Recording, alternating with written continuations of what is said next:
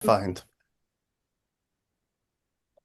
Welcome to Universal God Messages of Peace, and I am Lee Wiseman, and that's Dr. Lali Tunter, and we have Dr. Khalid Zahir with us. And our topic this week, our weekly Abrahamic dialogue, is religion and politics. It's a big thing. That's my title. I just made it up. Um, so I suggested this topic of religion and politics. And I guess my question, the question I have in my mind is is there a proper role for religion in politics? What isn't the proper role for religion in politics? And the broader question, I think, if to kind of expand the question, is what role does religion have in public life and in I'm gonna call it public moral life. That is the kind of establishing of public morals of a collective moral culture.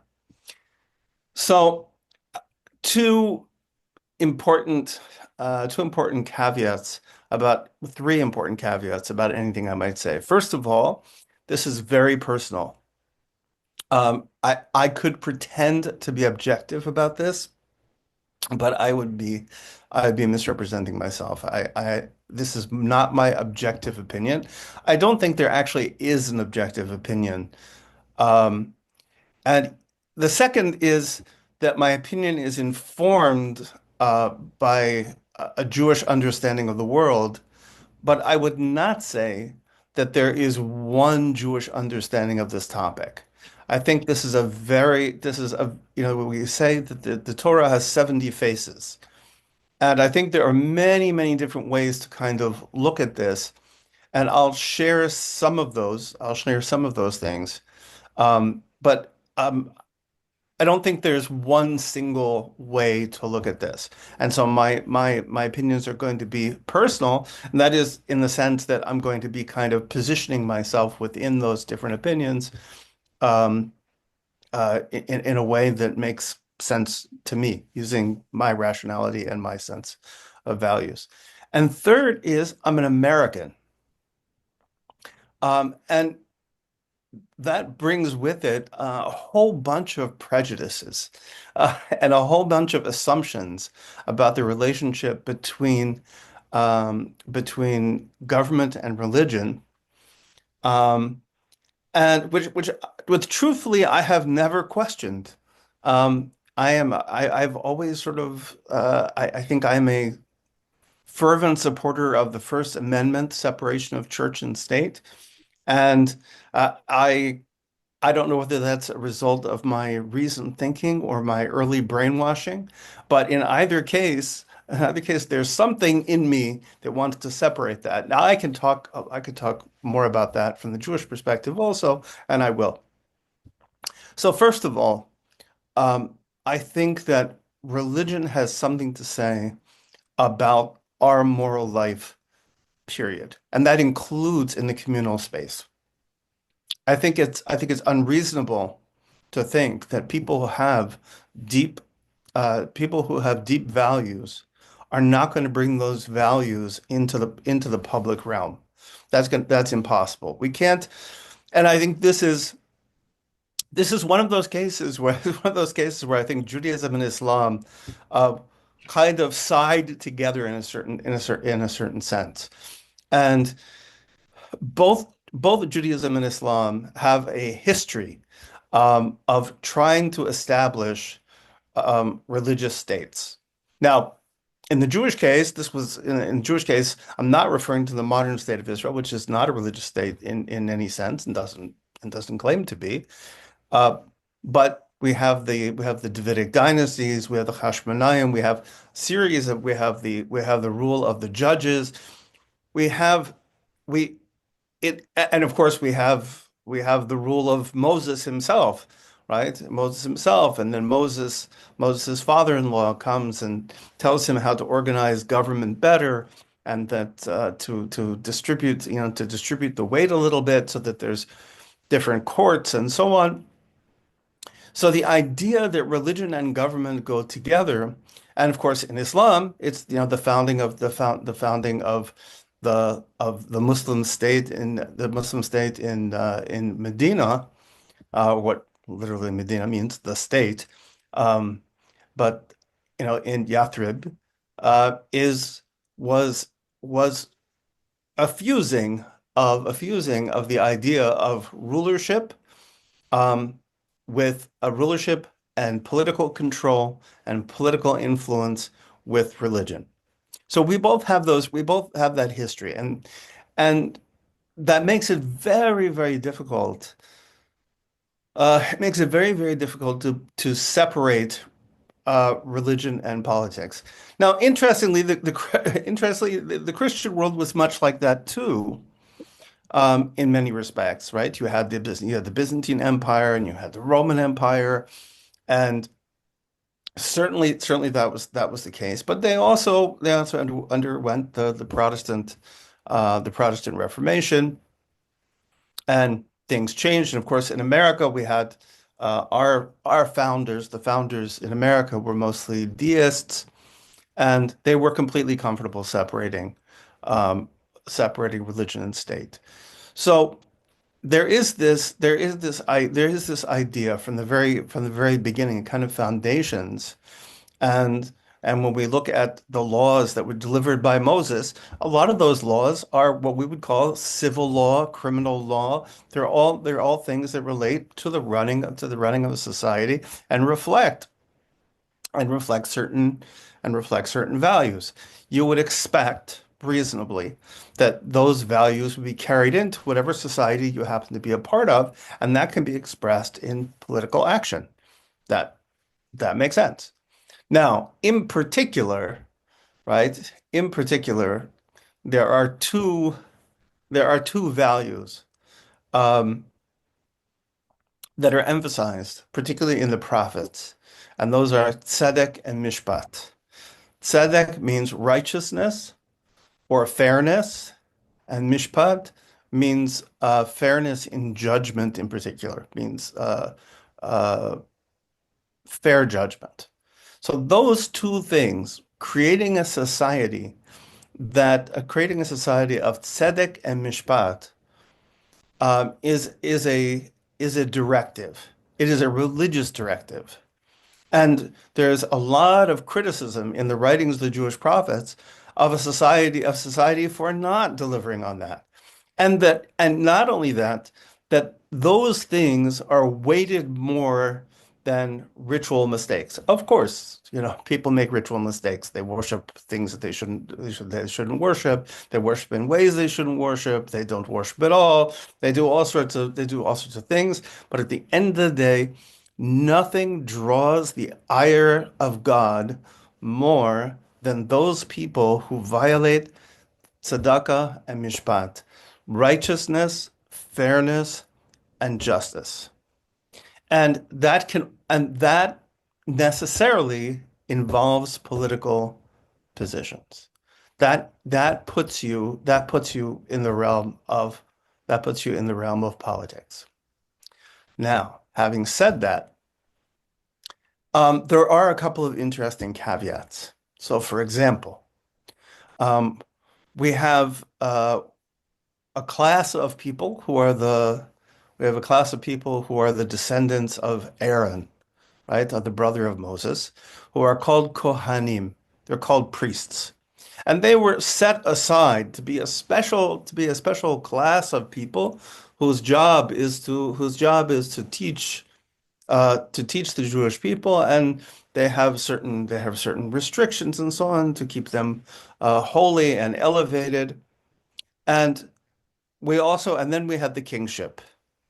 And the rabbis ruled that the two of these should never mix, right? The kohuna, right? The position of being a kohen, of being a priest, and the position of being a king should never mix.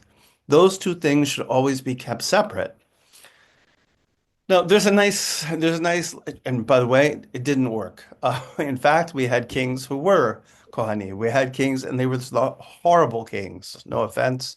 The Hashmonaim kings were Kohanim, they were priests, and they were so horrible that that the rabbis said that any person who says that they are descended from the Hashmonaim is a liar because God wiped out their entire family, decided that they should cease to exist from this world, even though we have a holiday celebrating one of their first victories in Hanukkah, still they were bad kings. So the idea is to separate. So what is that about? It seems to be a kind of separation between church and state, right? A separation between synagogue and state, that you don't want to consolidate power. You don't want to give a king um, divine power. You don't want him to become an arbiter. You want him to be responsible to, right? Want to be responsible to others. And in fact, one of the requirements of a Jewish king is he had to carry with him a Torah scroll all the time. He had to carry a copy of the Torah with him all the time. He had to take it out and he had to read it in public, right? So he had to be somebody who was he had to be embracing the Torah, right? And beyond that, in order to be a king, you also had to have a council, a Sanhedrin, which was a council of 70 elders, 70 elders and scholars who would advise him. So the idea that now he did have special powers, right? I mean, he did have powers of a king, and he had absolute power, but it was expected of him that he wouldn't be executing those willy-nilly holding while he's holding the scroll of the law of Moses. So that's one point. Um, And I think an an interesting argument for the separation. The other thing is that the rabbis recognized that politics was a dirty business, and that people who wanted power were generally unreliable. Um, so in Pirkei Avot, which is a collection of the teachings, I teach it on Tuesdays, just today, I thought, collection of the teachings of the rabbis of the first and second centuries. It says, don't get close to the government, right? Don't get overly close to the government because when they need you, they'll be your friend. When they don't need you anymore, they'll throw you away. And that, of course, is the experience that of course is the experience of many people, and particularly religious people.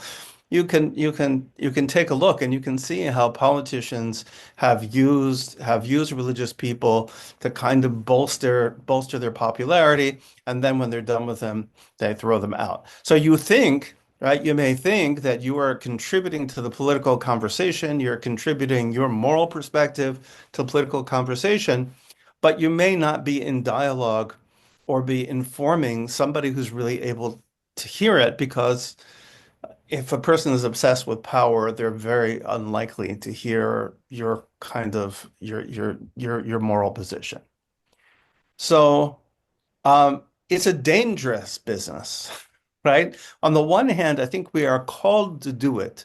I think um, we're called to understand the world in terms of ethics and morality, and that extends to our public life. But we also have to recognize that it is a dangerous business. That if we don't know the difference between religion and government, we're often going to get ourselves into trouble. And if we think um, if we think that our influence on politics is that a religious influence on politics comes without dangers, we're fooling ourselves. Uh, so just to conclude, just to conclude, I don't think we should step away from the political. I don't think we should step away from the political realm. Um, I have found, and historically, I think that um, religions seemed, religious people seem to do better under secular governments. And I'm not exactly sure why that is. That is that's my kind of history teacher. I used to be a history teacher, high school history. My high school history teacher self says if we're going to observe, I would say that that generally is true. Um, be, Largely because once you have a government that is kind of sees itself as a religious government, very often there comes this kind of vying for position. And we see that, by the way, all the way back in Jewish history. We see that all the way back in the first century that there were different sects, and those sects would vie for power with each other, including the Kohanim, who became kind of a sect of their own, and so on. And there was lots of things going on, and that often happens. And so what you end up with is this kind of wrestling match for what religion and politics are going to look like in a religious state, and it doesn't work out well for a lot of people. On the contrary, a secular state, albeit a secular state that has protections for religion, and I would say that the United States has been that for most of its history. I hope that it stays that for its current history. I can't, I wish I could guarantee that. I can't. Um, but in such a place, I really think people can grow in ways that that they can't in other places. I think it allows people to be able to make religion their own, and or allows people to be able to see multiple sides, um, to see different kind of perspectives within even within the religion, and I think that's very healthy and allows people to think, which I think is always very healthy. Um, Very often, we succumb, to what George Orwell referred to as groupthink. Um, when religion has power behind it, it it it's it gives that groupthink the power of the power of law and the teeth of policing, and that can be a very dangerous thing. Not just dangerous for bodies, but also dangerous for souls because it it it forces people not to think, and that forces people not to really engage. And that means that when you're showing up before God, you're not showing up as yourself. You're showing up as somebody who's trying not to get their head beat in. So I'm going to stop there. And thank you guys very much for being patient and listening to me. Thank you very much, Rabbi Wiseman, for a very insightful presentation. Uh, I have two questions to ask you. Um, I'll ask both of them together. Probably they might sound very naive, but nonetheless, I'd still ask them. Why did you mention, uh, while talking about the history of Jewish tradition and politics, Moses?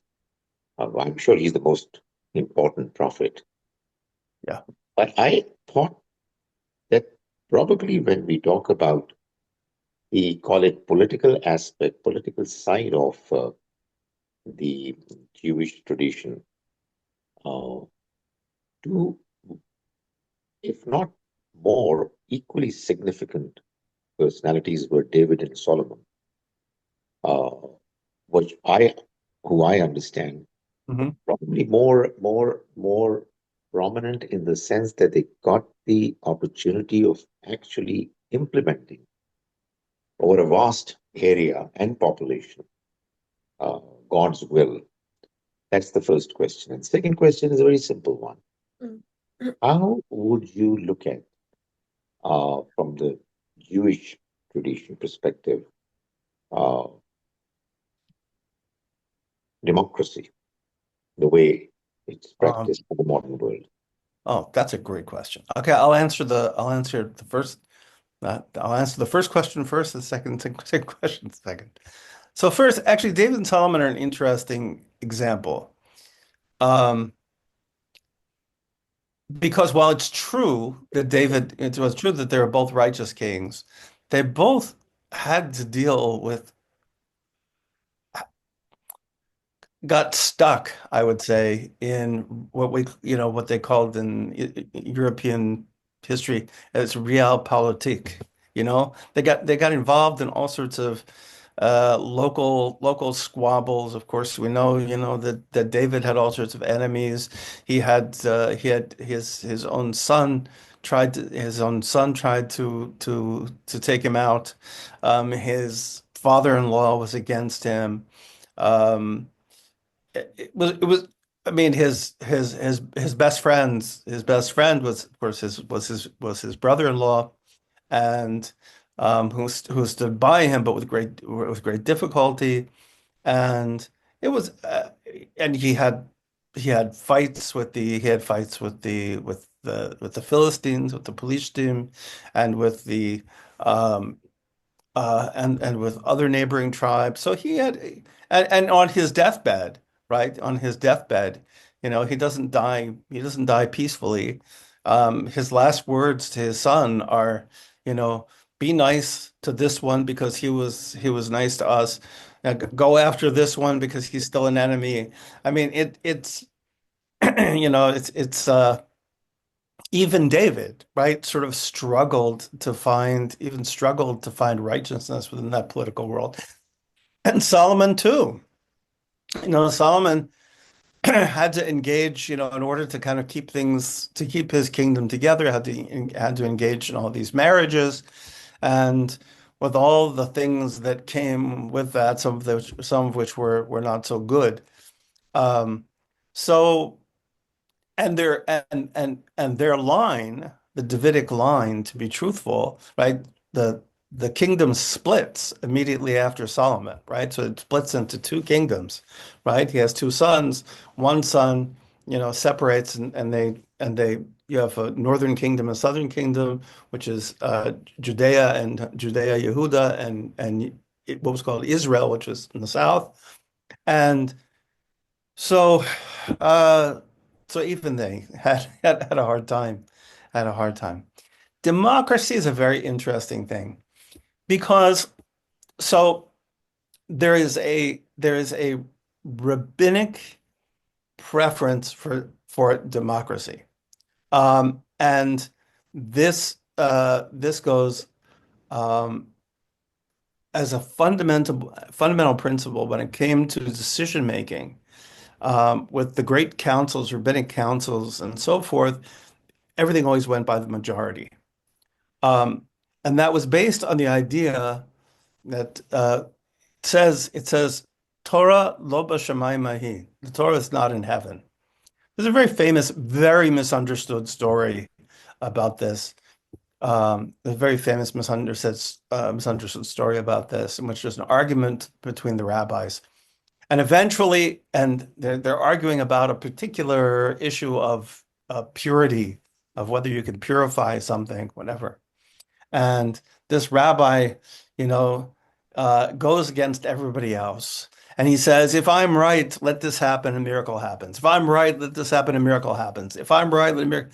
Finally, a voice comes to heaven and says, he's right. And the rabbis turn and say, no, the Torah lo b'shamayim, the Torah is not in heaven. It's not for miracles to decide or heavenly voices to decide. You've given it to us, and we've decided that this is not right. And so the majority rules. So that would seem to be a pretty good advertisement, right, for democracy, right? The idea that majority rules. At the same time, in spite of having a horrible history of kings, Judaism clings to the idea of an ultimate kingdom, right, of a messianic kingdom, that there will be a Messiah, and the Messiah will be a king, and that he will initiate a holy kingdom. Um, so there's definitely room for democracy in the practical realm, and then there is this kind of I would say very optimistic hope for kingship in the future realm. Okay. Thank you very much. Just one more question before I would uh, let Dr. Lale speak. Uh, it's probably not directly relevant to the subject that you've mentioned, talked about. Um, I was just wondering, this is something what you mentioned has come as a reinforcement of what I already knew. This institution of, I don't know how to pronounce it. I'm using the expression kahin. What exactly Go was the ahead. kahin? Okay. Uh, in the family of Aaron, um, how did it happen? And why did it happen? I mean, why not the family of Moses? I don't know. It's just, it comes to mind. In the family of Aaron, uh, Okay. Aaron. Yes. Uh, well, it's interesting. So the answer, I already gave you the answer, right? Who was the king? The king was Moses, right? Okay. And so we Okay. can't have the kingship and the priestly, right? And Oh, in the same person. So okay. because and Moses, there's lots of reasons to wonder why it is that Moses was giving the opposite, why it didn't go the other way around. The Torah is very careful always to mentions Moses and Aaron together, sometimes Aaron before Moses. Aaron is actually the older brother, right? So fitting, he would be fitting actually to refer to him first. So sometimes it refers to him first, sometimes it refers to him second. There's never any indication that there's any jealousy, any difference between them in that sense. Um, but they have this different function, and that Moses is the king, right? He is the ruler, and so therefore the role of priest had to go to um, Aaron. Now it's interesting because before this, the priest in the family was the eldest male son. So the Okay. eldest male son had this special position as being kind of the priest of the family.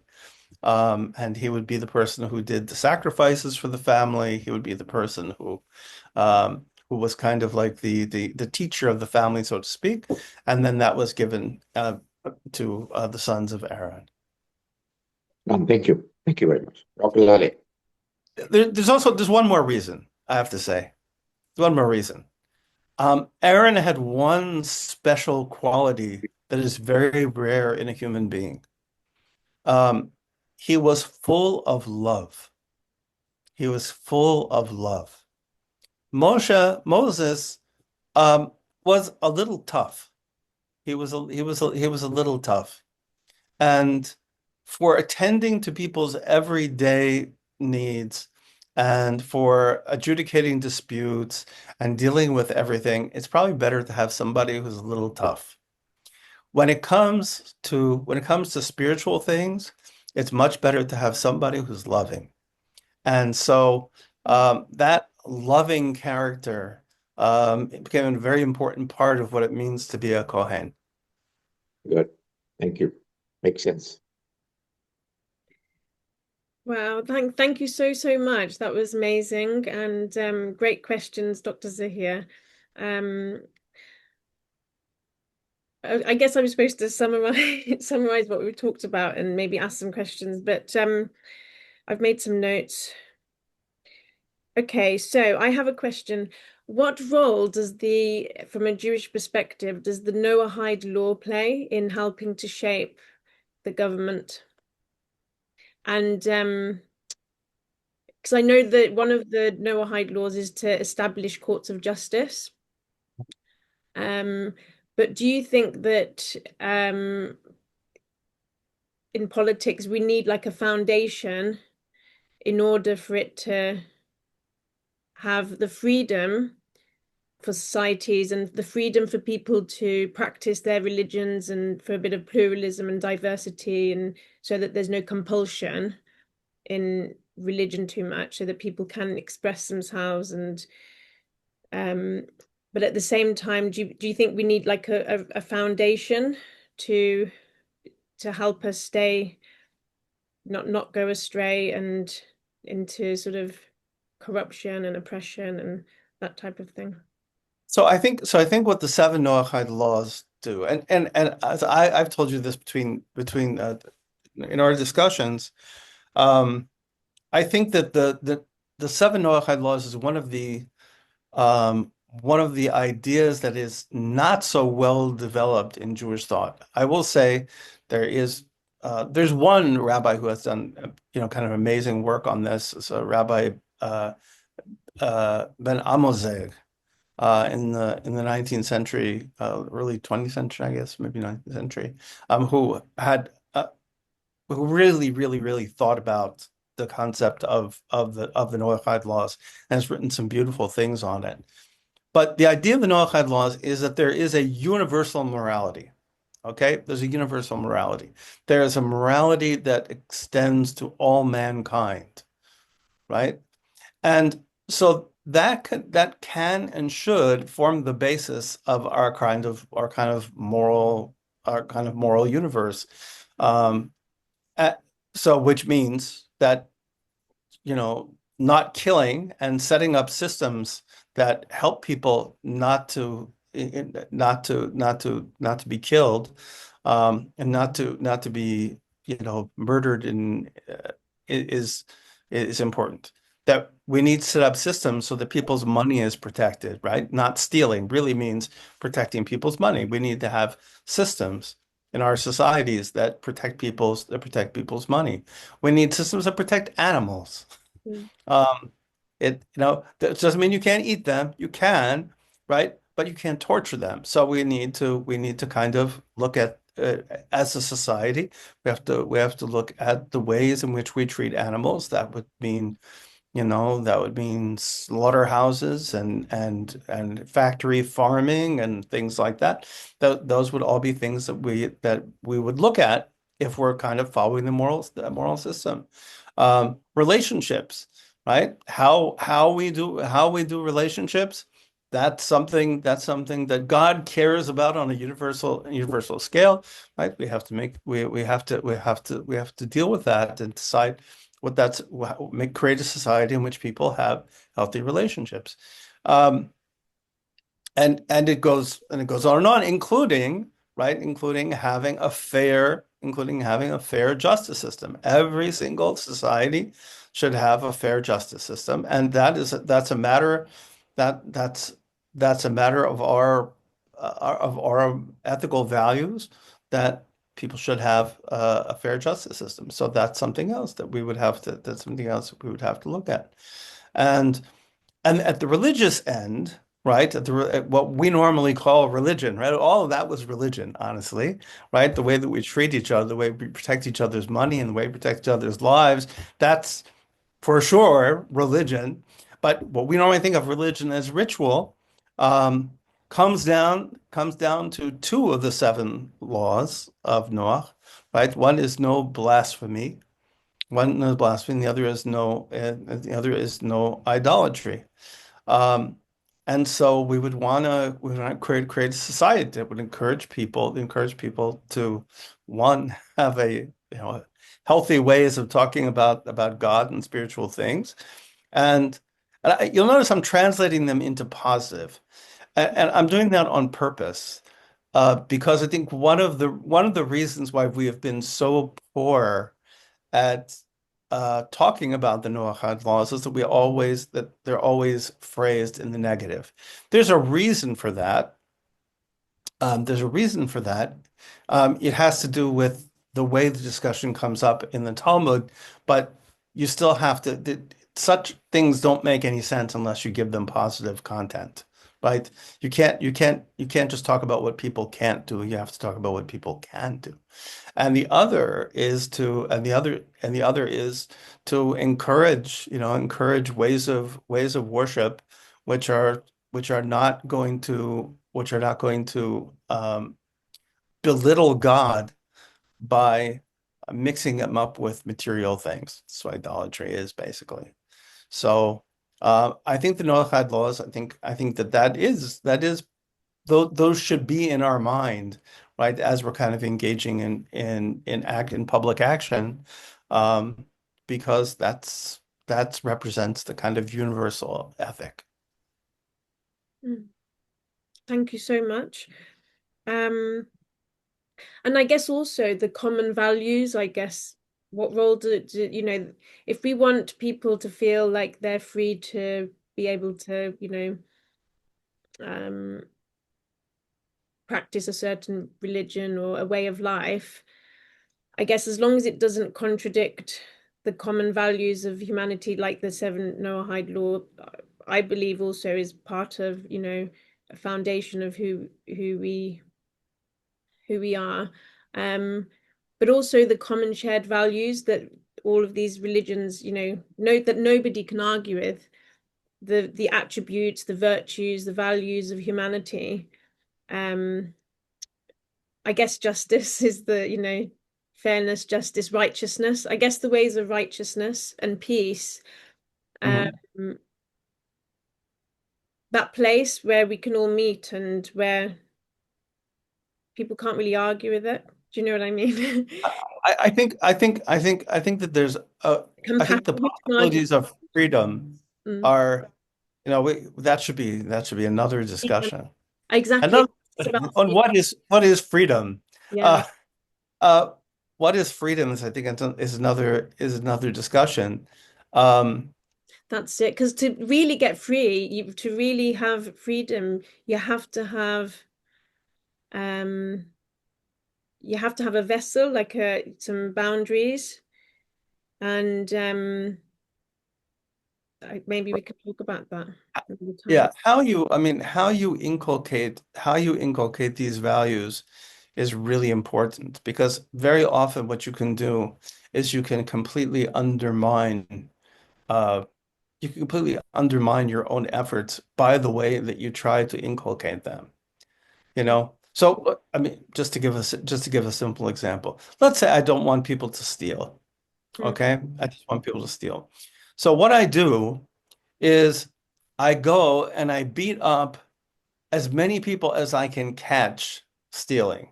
Okay, I just beat them up.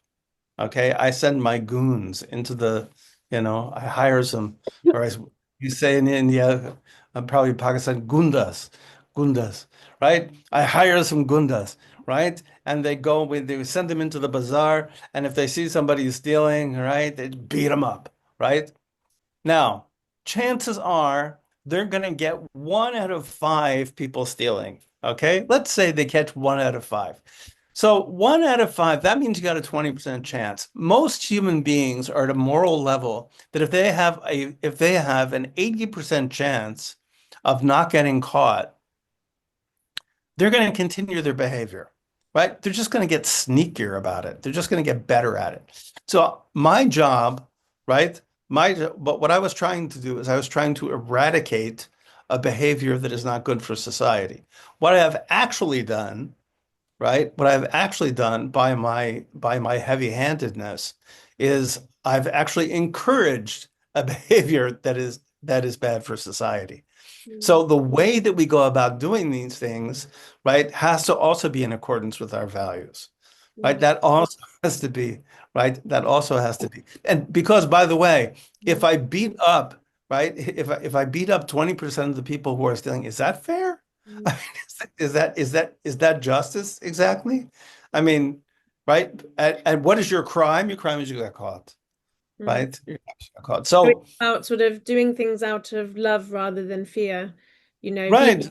Doing the There, right thing, not because you fear the punishment, but because you actually want to do it and because you love God and people and justice. You actually love to do it. Um, And I guess it's a little bit like business, the danger of going into business. I really don't like business because I think it's a dangerous Yeah. area when you're dealing with money and profit and self-profit, and it's so easy in governments to get carried away by self-profit and to forget those values, to forget why are we actually doing this. So I think what really makes businesses successful is when they have values, when a business has values, that it's not just about making money in order, but if they do make money, they bring it back to the people. It's about the intention, why are we doing what we're doing? It's about relationships in within the business, within, all the employees, the staff. We have to look after each other. We have to treat each other in a fair way. And I think the role of of religion personally is that it should be reminding those who run the business, about these values and reminding one another, why are we doing this? What is the ultimate purpose of this? And if we can all agree on the common purpose, then I think it'll all be fine. When Moses, peace be upon him, I guess when God asked him to to go to Pharaoh, he he in the Quran it says that he asked if Aaron could help him. Mhm. He didn't want to go alone. Right. Maybe could that be because he could see the danger in going alone, without the help of his brother to help. And like you said, That's I guess does the priesthood represent the kindness on one hand and the love, and then the other side is justice and restraint, and I can see how they can work well together to help balance each other out. Um, but is it possible for a person to have the right amount of balance between those two sides? You know, is it possible that Moses could have done this alone if he yeah. I would mean, have been more, found the Aaron inside of him? Could he have done there this alone?